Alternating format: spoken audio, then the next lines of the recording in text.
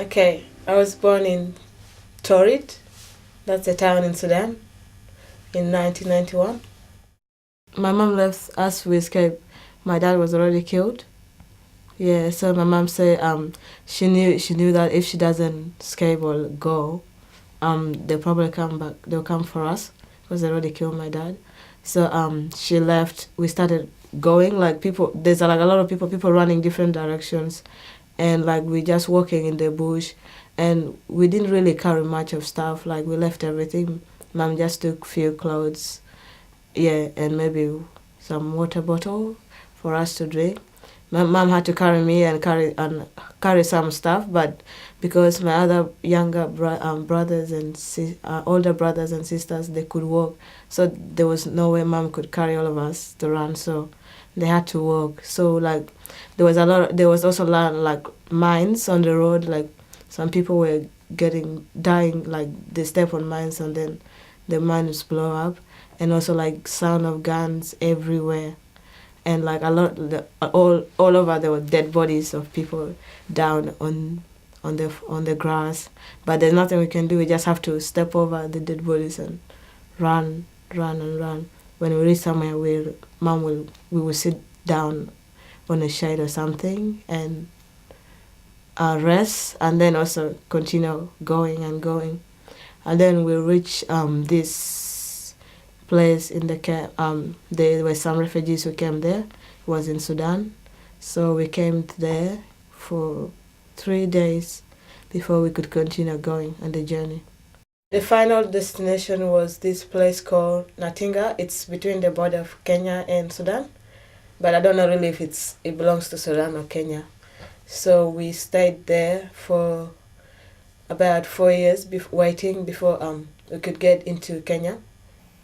I remember being as a little child, going to school in the camp, but it was a refugee school, and life wasn't really very good. People were fighting each other because of tribalism, and also like there is this local people called the Tukanas, who thinks why are the refugees there? They don't want the refugees there, so like they kill the refugees all the time, and also like there's not enough food really, and sometimes people die of starvation, and yeah. We just stayed. We locked all the doors and we stayed indoors that day all the time. So and then there was these security people, the refugee security who are being employed by the UNHCR. They said it's probably not safe to stay in your own houses.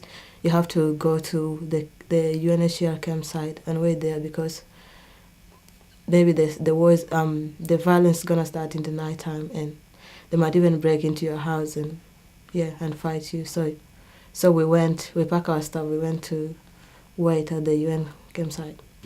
The food that we're being given is not really enough. You get like for like about a family of six. We were six, family of six. Like in a fortnight, it's not much. Like maybe 1 liter of oil, and maybe 2 kilos of maize and beans.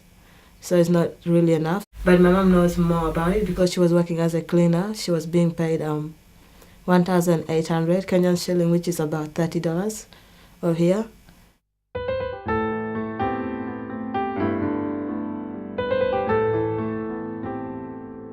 First, someone, a relative who was living there, went to Australia, and then he sent like a private form for us to fill, to come to Australia. That was in 1999.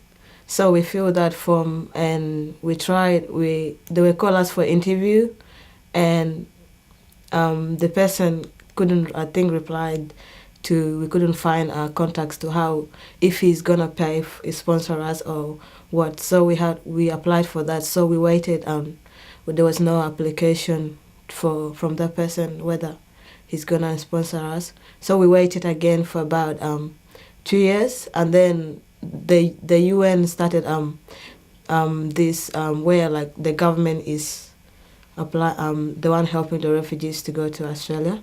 So we applied for that and we waited for 4 years because the process was taking so long, and they keep on calling us for medical checkups and interview like that. So my mom was getting really frustrated. She said she doesn't want to go anywhere. She doesn't want to go anymore. She'll just wait here if she doesn't care whatever happens. So after that, then they sent approval and said, yeah, you accept it. It's me, my two brothers and my mom. Cause my sister, she when they came, she got married, so she came with her husband, but they came before us. They came in 2003.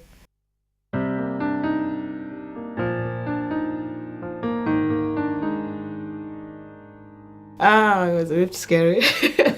Yeah, I was excited, but I have different questions going on my mind because we did actually, if you live in camps and stuff as a refugee, you don't really know, even if they say you're going somewhere, because we don't know what Australia is or where it is, so you don't actually know where you're going and what you will expect from there. So a lot of questions was going in my mind.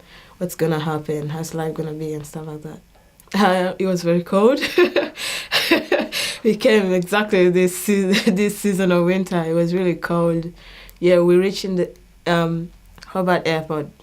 Yeah, but I could see I couldn't see any houses. I'm like, what? So where is this place actually? So I was like thinking, oh, so I'm coming from the same place in the bush, and I'm coming again to another bush. And then when we started coming through the bridge, then I saw, I said, wow, that's great. And everything is different, the building, the food, and all that. So it was kind of I was a bit worried. When we came, we stayed in North Hobart. We stayed in a temporary accommodation for about a month. Yeah, and then we moved to Kingston. Yeah, when I started school, I was a bit scared, and because I was the only one African student in that school, and I was pretty lonely because everyone pretty much keeps stay a bit away from me. I don't know, maybe they think I don't want to talk. I want to talk, but just how to approach someone is very hard. If they don't come and talk to you, ask hi, how are you doing and stuff like that, it's hard to go to them. Yeah, and yeah, I was a bit, the first 2 months I was a bit like just kind of isolated in my own comfort zone. And then after that, I started to meet some friends like that. Yeah, and things started to get better. Yeah, in year nine, when I started in year nine, we changed kind of classes and stuff like that. So I was in a different home group. So yeah, at that time I experienced racism because now I know English a bit well. I can understand what they were saying. They were saying a pretty kind of lot of stuff. And also, like, sometimes in the bus, someone would just someone behind me would just yell and say nigger and stuff like that. And I knew I was the only person in the bus. Maybe that's what they're trying to say and stuff like that. Yeah, but I just try to ignore it. I don't say anything. If I hear stuff like that, I just keep quiet or walk away and stuff like that. I used to feel sad and bad. Sometimes I go home and I ask mom, like, really, why are we here? Because even it's still like, it makes you feel like you should just go back. There's no need to be here. But then she said, maybe they're doing this because they don't know the reason. Maybe they hear wrong information about people, and they start having wrong information in their head and stuff like that. That's why they say this thing.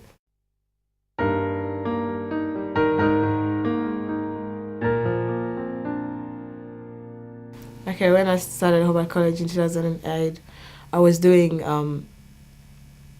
sport. I was doing English and I was doing computers because I love computers.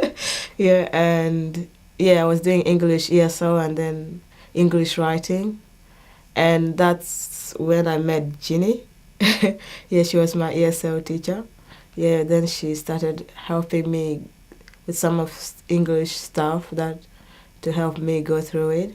And that's when she started talking to me and finding more about who I am and my life and stuff like that. And that's how I started telling her about things that happened to me, and then that's how we started the group Student Against Racism. So when I met Ginny, so she actually think we have to write things like that. We have to write it down, so that like she said that Australians, like we ignore things because we don't really understand. We don't know what people went through, and it's good to write it down. So we started writing our stories down. There were three of us, two students and me, and we started writing our stories down, and then we started sharing our stories with students in Hobart College. And then after that, people started to find out more about us, and then contacting Ginny if you want to share our stories with people in the community like that. So that's how we started, three students. And then when I was in grade 8, more students from humanitarian and refugees background came to college, and then they joined in the group. And then we started doing more activities, not just telling stories, doing more activities about our cultures, food and music and dance, like that. They were like, first of all, they said like, wow, we never knew something like that. Like, actually, we kind of look like another student told me like, I felt I was living in the dark because I don't actually know stuff about. I hear things like that in the media about refugees and asylum seekers, but I don't know that they went through so much before they could get here, and how like we talked about education in our story, how it's important to us, and they just like, wow, we can't imagine like here we just take education for granted. We don't really care about things, but listening to you guys talking about that, it just makes us like thinking like we were really like, what if something like that could happen to us one day? What will we do?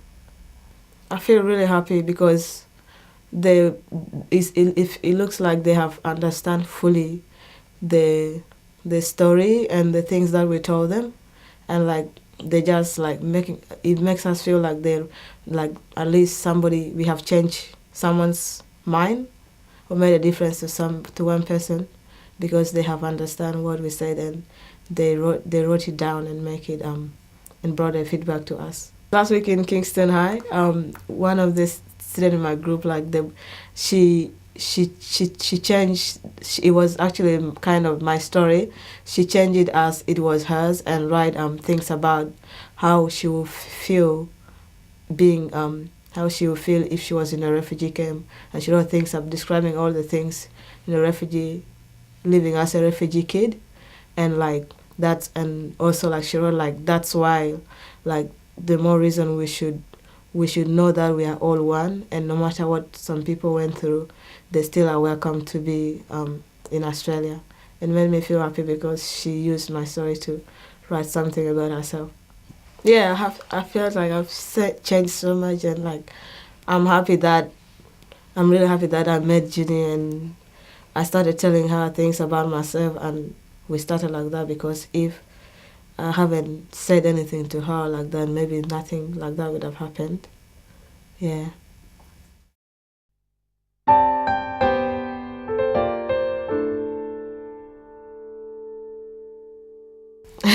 I feel great and happy because they can see from like how I started, and just like them, and now they will see how I have changed, and things when like I'm now like a bit doing things that they can look up to as a role model.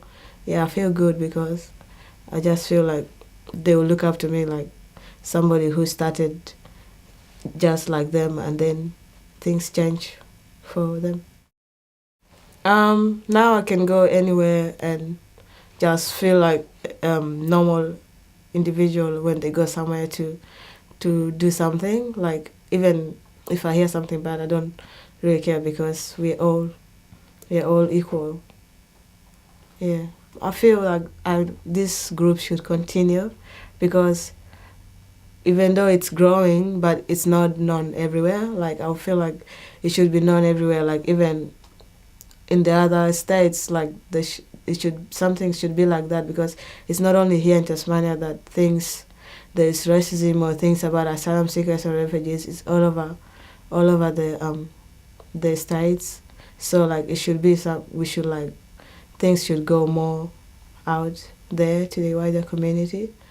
I'm hoping to, because right now I'm doing a course, Certificate 3 in Community Services. Yeah, my hope was I wanted to work with things like that, like working with people who is coming from hardship and stuff like that. Try to help them cope with things around, and So I want to work like someone who is a settlement worker, or social worker, somebody helping people from war violence, who is running from war violence and things like that.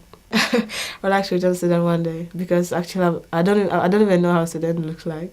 I haven't been there because I was only 3 months when we left, and now like it's a new country on its own. So I'll be happy to go there and see. Maybe one day I could work there and help people.